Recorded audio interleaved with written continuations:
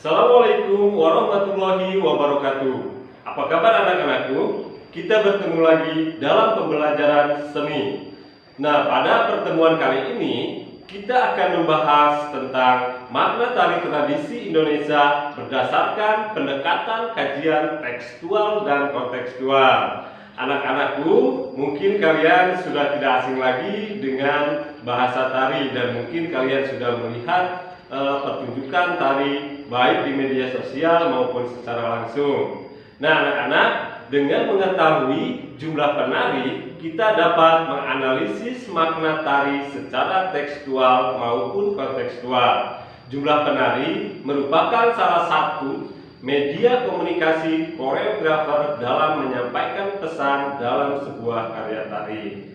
Nah, berikut ini jenis tari di Indonesia berdasarkan jumlah penarinya. Yang pertama ada tari tunggal.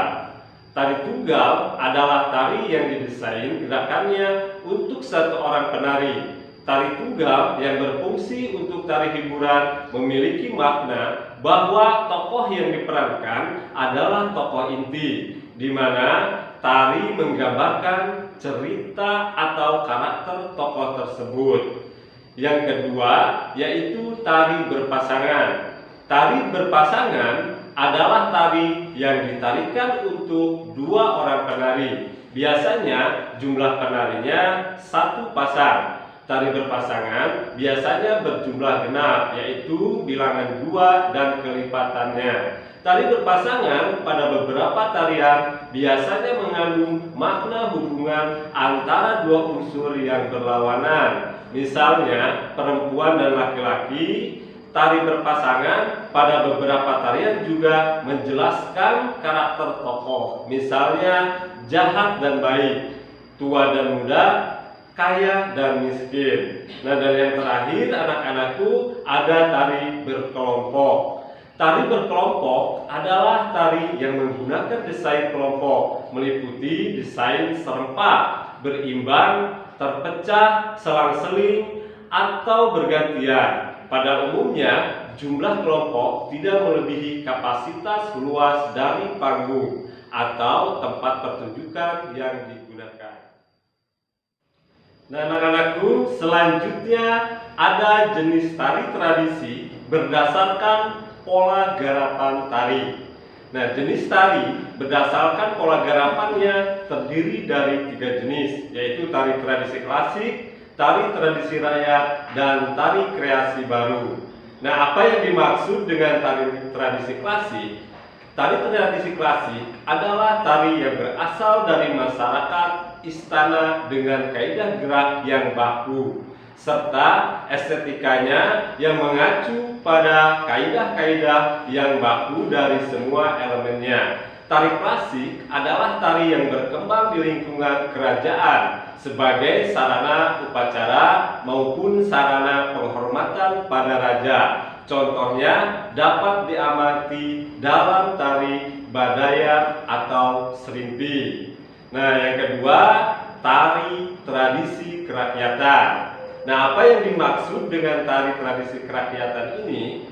Tari kerakyatan adalah tari yang berasal dari lingkungan masyarakat di luar lingkungan kerajaan. Tari rakyat umumnya didominasi dengan kaidah gerak yang beragam dan spontan, hasil ekspresi jiwa dari masyarakat itu sendiri.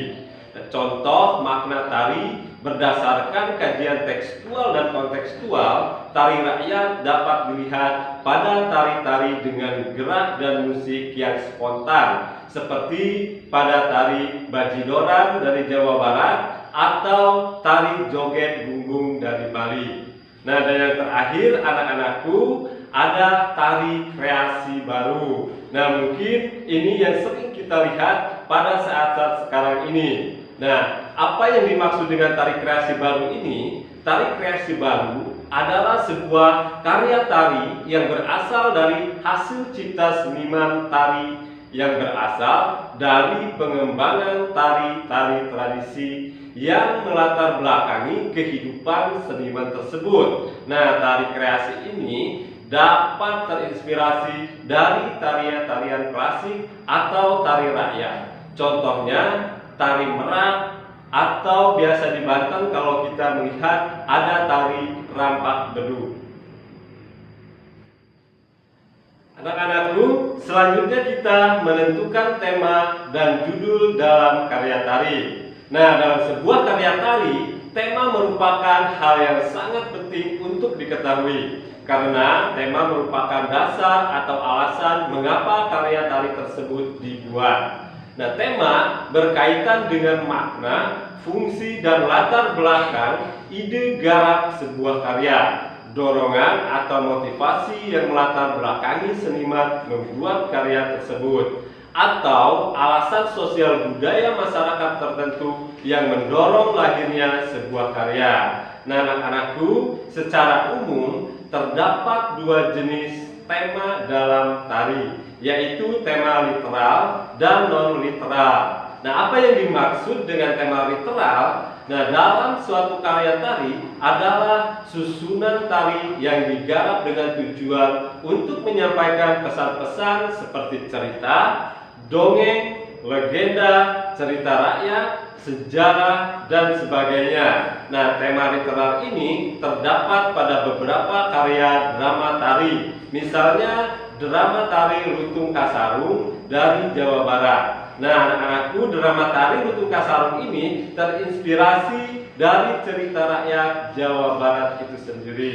Nah, yang kedua ada tema non-literal. Nah, tema non-literal ini adalah susunan tari yang semata-mata diolah berdasarkan penjelajahan dan penggarapan keindahan unsur-unsur gerak, yaitu ruang, waktu, dan tenaga. Nah, jadi tari non-literal ini biasanya terdapat pada tari-tarian yang sifatnya hiburan saja, sehingga tidak ada pesan khusus yang ingin disampaikan dari sang koreografer.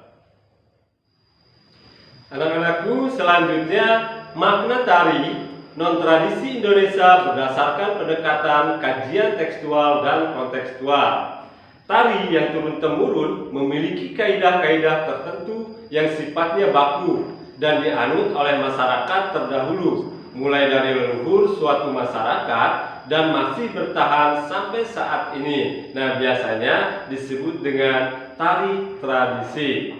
Nah, tari non-tradisi adalah tari yang lepas dari kaidah-kaidah tradisi, yang dalam hal ini kaidah tari tradisi di Indonesia. Nah, berikut beberapa jenis tari non-tradisi yang ada di dunia berdasarkan istilah yang berkaitan dengan waktu dan latar belakang masyarakatnya. Nah, yang pertama, anak-anakku, ada tari klasik.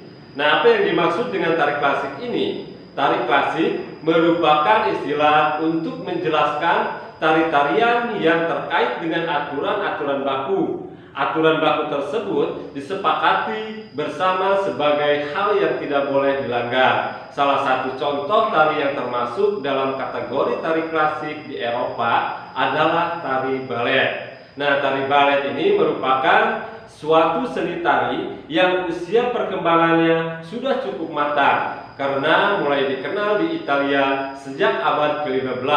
Kata balet berasal dari bahasa bello, yang berarti tarian. Dari Italia, balet kemudian berkembang ke Perancis sebagai bagian dari sebuah opera balet.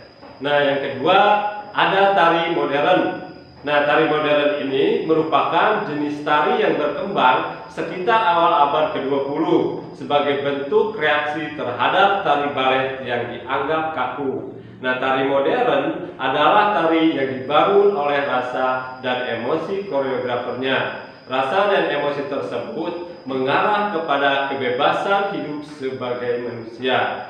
Nah, pengertian kebebasan pada tari modern dapat diartikan juga kebebasan dalam mengekspresikan ragam gerak tanpa harus mengikuti pola atau pakem dan tradisi yang ada. Beberapa contoh tari modern di dunia, misalnya hip hop, dix dance, soul dance, atau beberapa tari yang berasal dari beberapa negara seperti salsa dan flamenco. Nah, dan yang terakhir, anak-anakku, ada tari kontemporer. Nah, seni tari kontemporer selalu bersifat aktual, artinya persoalan atau gagasan yang dituangkan dalam tari kontemporer selalu baru atau kekinian, baik cerita, bentuk, maupun pola gerak. Nah, tari kontemporer cenderung mengusung persoalan yang terdorong oleh persoalan sosial masyarakat dan kemanusiaan. Nah, istilah seni tari kontemporer menengah pada pengertian sebuah karya tari yang memiliki ide baru, aktual, dan kontekstual. Artinya, gerakannya harus membuat unsur kebaruan. Ceritanya mesti berangkat dari isu-isu terkini, sehingga garapan tari kontemporer berwujud inovatif sesuai dengan keadaan masa kini, baik dari segi garapannya maupun persoalan-persoalan yang diangkat. Nah, anak-anakku, untuk materi kali ini cukup sampai di sini. Kita bertemu lagi dalam materi selanjutnya. Assalamualaikum warahmatullahi wabarakatuh.